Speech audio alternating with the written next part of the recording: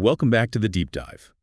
We usually tackle like the latest research or a hot topic in the news, but this time you guys sent us something different, a short story.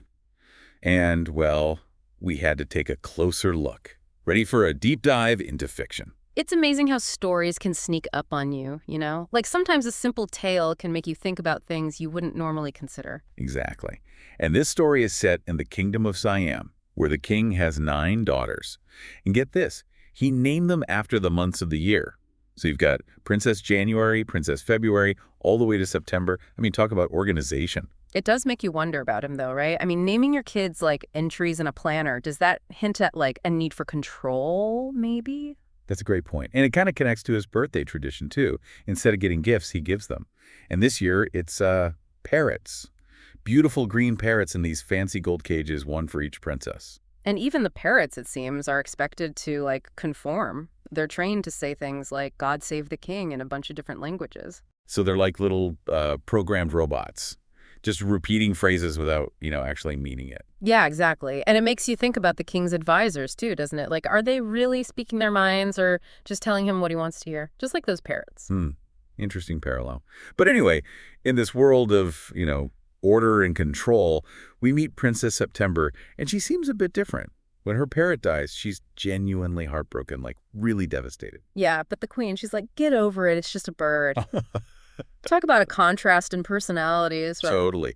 September is clearly sensitive and deeply emotional, while the queen seems much more practical, maybe even a little cold. Definitely. But then something amazing happens. A beautiful singing bird shows up at September's window, and it starts singing these beautiful songs that really comfort her. So it's like the opposite of those caged parrots. This bird is free, wild, choosing to be there. Exactly. It represents freedom, individuality, that pure joy of self-expression. But September's sisters, they're not so sure about this whole free bird thing. They worry about her, so they get together and buy her another parrot.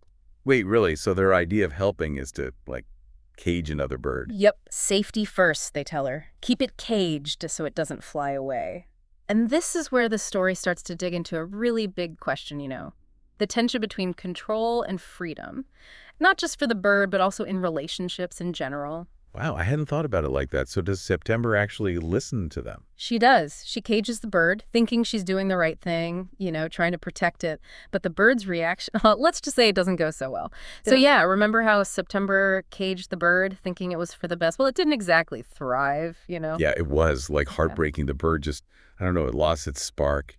It stopped singing, and you could just tell it was miserable. It really makes you think, about how sometimes our attempts to protect, to control, they can actually do more harm than good, even if we have the best intentions. Absolutely. Like in this case, September took away the bird's freedom, and it basically lost its will to live. Yeah. And it's at this point that September, well, she shows real maturity, I think. Yeah, for sure. She realizes the mistake she's made, and she makes a choice that I think takes a lot of courage. She decides to let the bird go. Yeah. Right? Even though it means she might never see it again. Exactly. She puts the bird's needs above her own, even though it's scary and painful for her. And you know what? It's the opposite of what her sisters were pushing for, right? They were all about safety and control.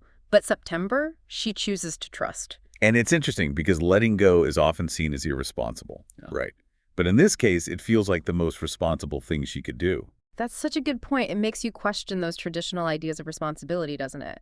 Like, maybe true responsibility isn't about holding on tight, but about respecting someone else's need for freedom, even if it means letting them go. And the amazing thing is, the bird actually comes back. After flying free, experiencing the world, it chooses to return to September. And it sings, like, the most beautiful songs. It's like that act of letting go actually strengthened their bond. Their relationship is now based on trust and mutual respect, not on ownership or control. Right, and it's such a stark contrast to what happens with September's sisters.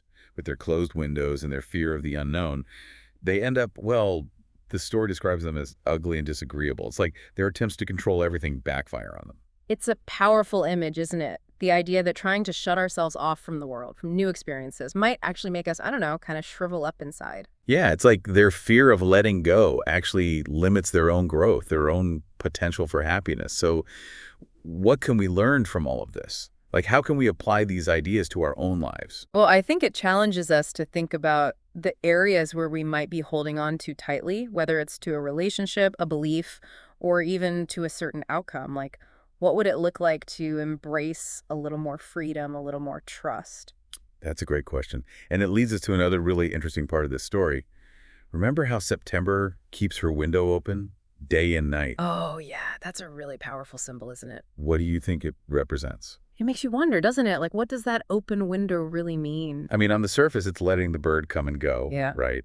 But it feels symbolic of something like way bigger. Yeah, I think so too. What do you think it represents? I think it's about being open to new experiences, taking risks even, and maybe even like embracing the unknown, which is interesting because September is the only one who ends up truly happy in the story, right? That's a great point. It's like those closed windows of her sisters. They represent fear and holding yourself back. But September's open window, it allows all the good stuff in. The light, the fresh air, new possibilities. It almost feels like a metaphor for how we approach life, you know? Totally. So we've talked a lot about the story and its symbolism, but what does it all mean for us, the listeners? I mean, what are the key takeaways here? Well, I think it definitely makes us question the ways we might be controlling, even if we think we're doing it for the right reasons. It makes us think about trust and letting go, and maybe even redefining what happiness really means. Right, and it reminds us that we can choose how we approach life. We can Yeah. choose to be open or closed, to embrace freedom or cling to control. Exactly. So as we wrap up this deep dive, I want to leave you with this thought. What are the open windows in your own life? What are you holding yourself back from? And on the flip side, are there places where you need to set better boundaries? Where maybe saying no is actually a way of showing yourself more love and respect? It's been great diving into this story with you. I hope it's given you all something to really chew on. Thanks for joining us on the Deep Dive. We'll be back soon with another deep dive into something thought-provoking. Until then, stay curious and keep those windows open.